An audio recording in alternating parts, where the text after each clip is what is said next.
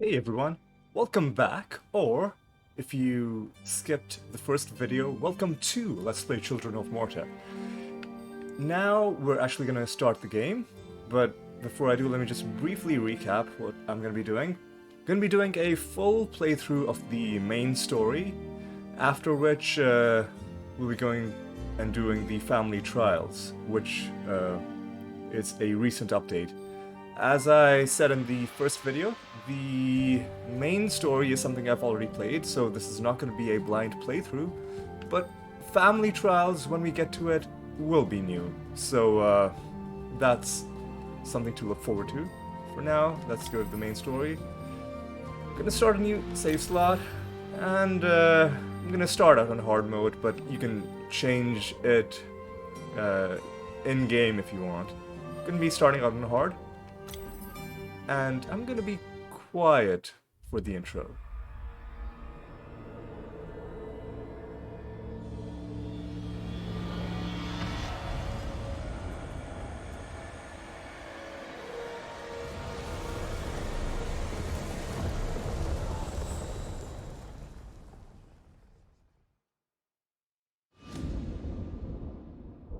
Margaret awoke, startled, a cold sweat clinging to her. She gathered her thoughts.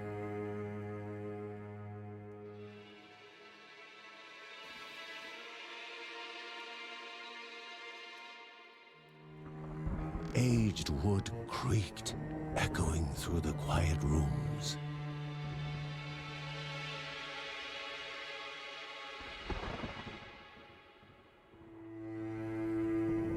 Near the house stood a shrine to Rhea Dana, goddess and daughter of the land, of Rhea and a being of comfort.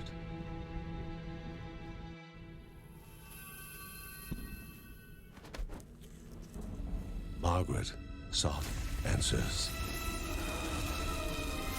But the goddess did not speak. There was only the faint whisper of something dark, something hungry.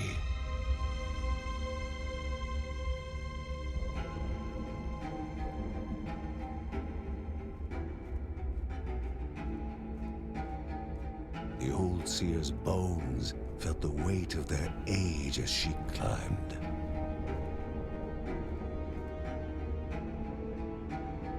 The only thought on her mind, has it begun again?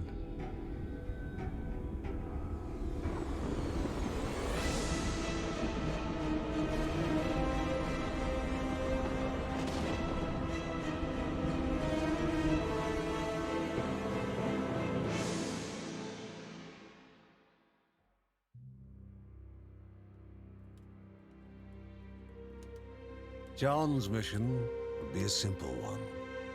He was to investigate Rhea's greatest shrine. His mother presented him with a fresh divinity shard.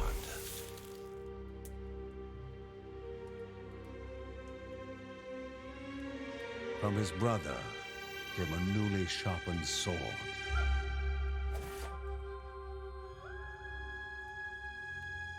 His wife gave him a kiss, and his daughter's hugs were full of reason to return home safe.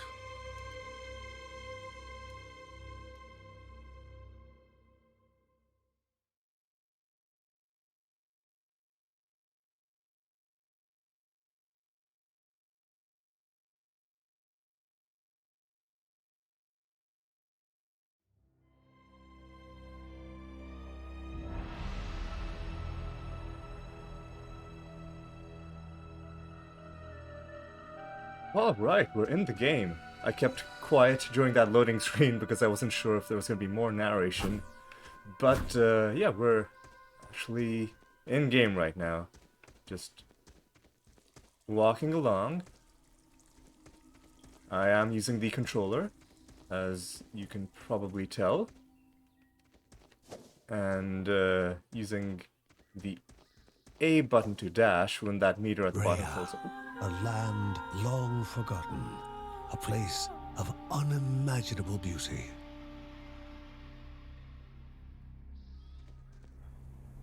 didn't mean to interrupt the narrator a little bit there. Although technically he was the one who interrupted me. I was talking about dashing, but then he spoke up. I'm, of course, going to try not to speak while the narrator is speaking. And generally, I think he and I are going to get along, because we shouldn't be talking over each other too much. Hopefully I can remember where the narration comes in, so I'm not... It first appeared as sludge given life, slithering creatures, small and vile. Alright. I knew a bit of narration was coming up there. This is the tutorial after all.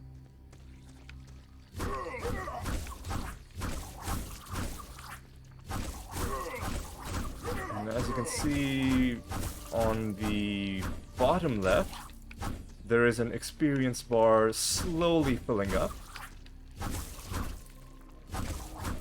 And as you might suspect, when it does fill up, we will gain a level. But that's some distance away for now. Okay, let's just carry on hitting these guys and trying our best not to let them hit us. If at all we can help that. Let's continue. Different kind of enemy. Oh, this one did hit us. Okay. These guys will telegraph a dash attack. They'll signal when they're about to do it, and then they'll do it. So once you get their pattern down, now we're being told how to evade.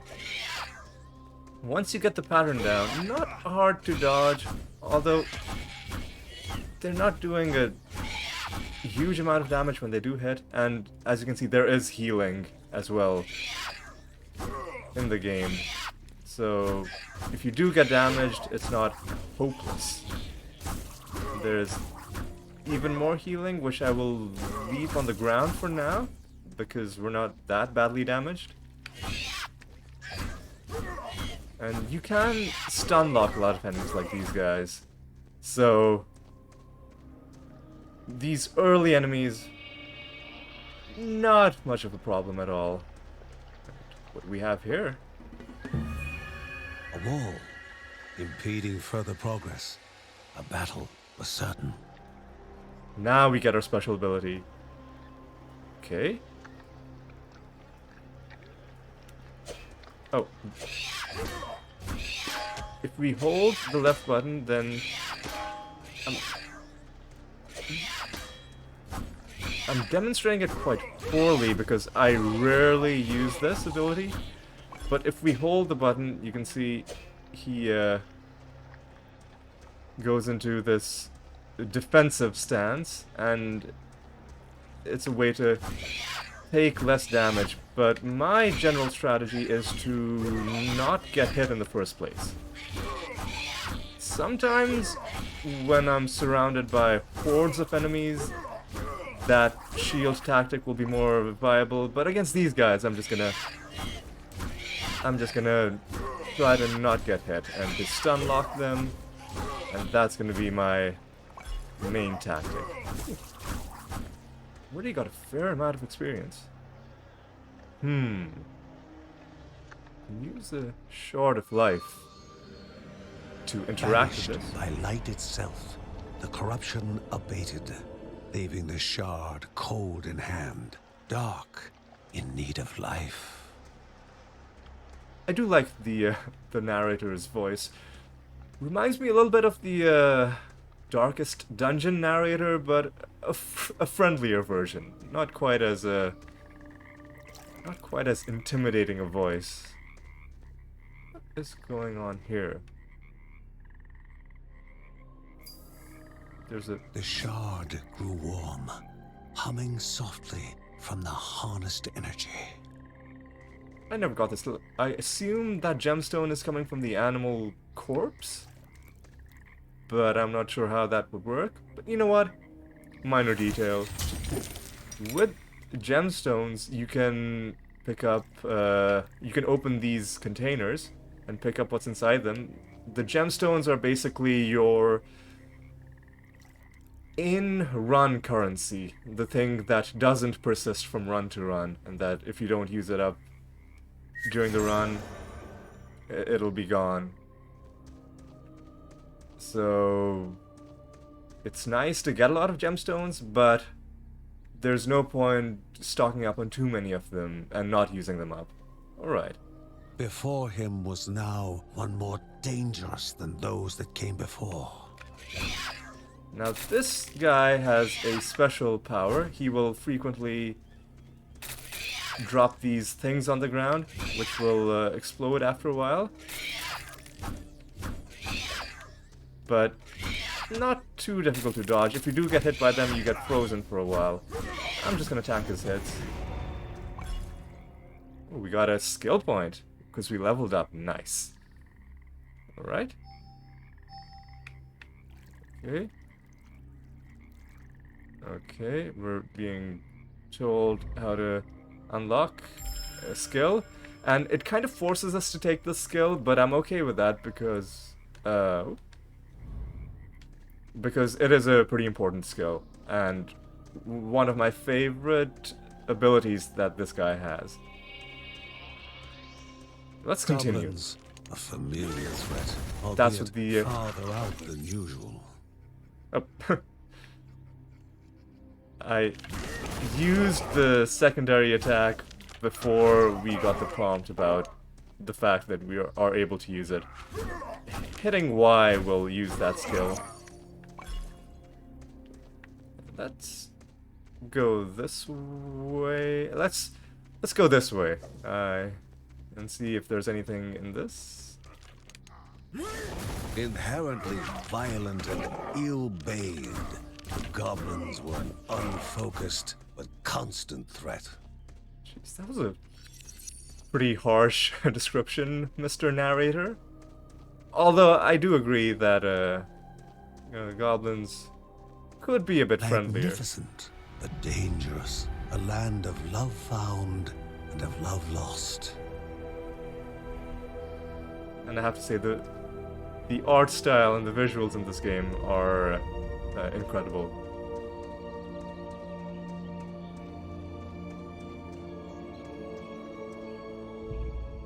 Before him was sacred ground, left untouched in days gone by.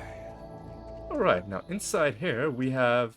Remaining calm and collected, the shock of his heart-skipping beats was concealed in expert fashion. Before him stood Linda, his eldest daughter, with bow and quiver at the ready, determined to do her part.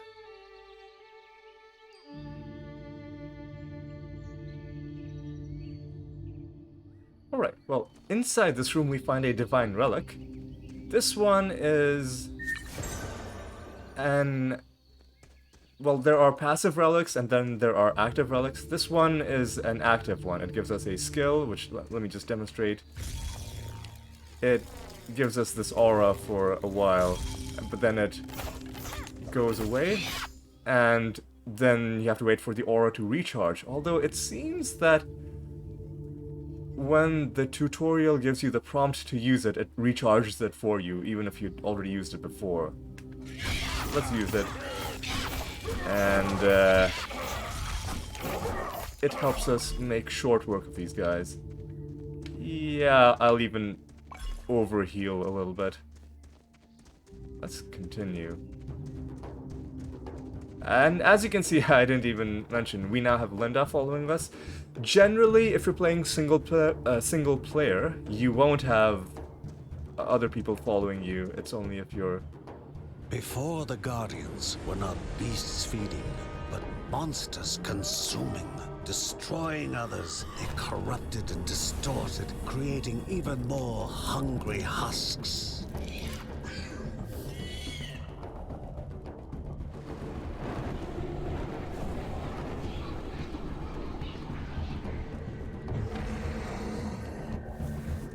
seem to be triggering these narration sequences when I'm trying not to. What I was trying to say was generally when you're playing single player, you won't have... Oh, this guy's hitting me. You won't have other family members helping you. That's more for when you're playing co-op. But for this tutorial sequence, we do have Linda helping us out. I like her a lot. We'll be seeing more about her later. For now, though, we just have to do our best. The rate of potions dropping seems to be higher for the tutorial. Usually it's not this high. Both father and daughter gathered their thoughts, their hearts heavier than before. How would they explain what they had witnessed?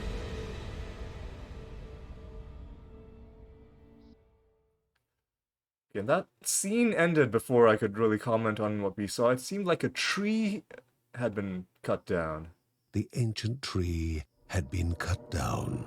Together, father and daughter described the horror, the creatures dripping with decay that slithered into bodies stuck between life and death to bolster their ranks. Grandma Margaret confirmed what they all feared. It was the corruption, a cruel entity spoken of only with hushed voices, an ocean of darkness that flowed from the top of Mount Morta. And the Bergsons' duty was to stand against this devouring deluge of death. Kevin was also eager to do his part in the family's fight, especially when his older brother Mark was off somewhere. He was as much a guardian of their mountain home as any of them. She stood. If they were to reach the summit and destroy this evil, as the Bergsons of old had done in the past, they would need the assistance of the sanctuary.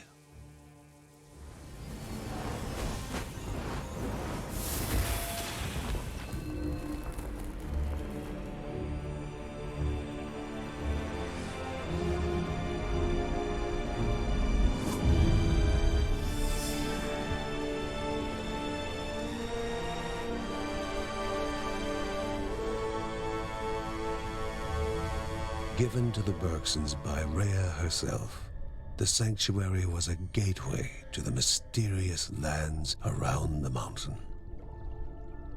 Margaret pointed to the huge crystal at the center of the den, revealing their next task: to activate it and open the way to the source of the corruption. And once Rhea's 3 spirits are gathered on the grounds, the only gate to the top of Mount Morta will open in this chamber. By himself, or with the assistance of those who loved him, John needed to gather the 3 spirits from their lands.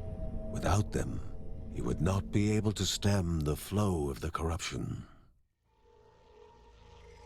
Okay.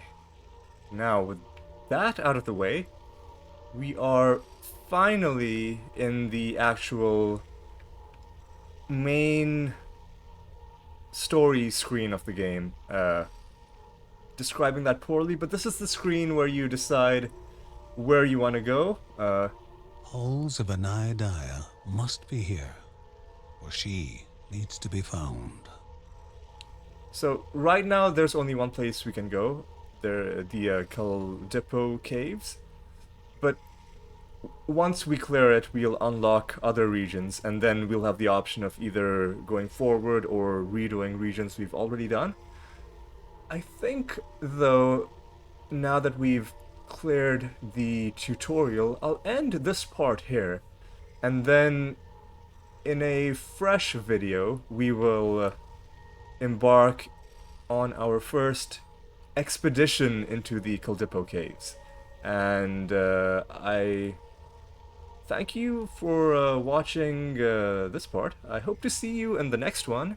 So until then, take care.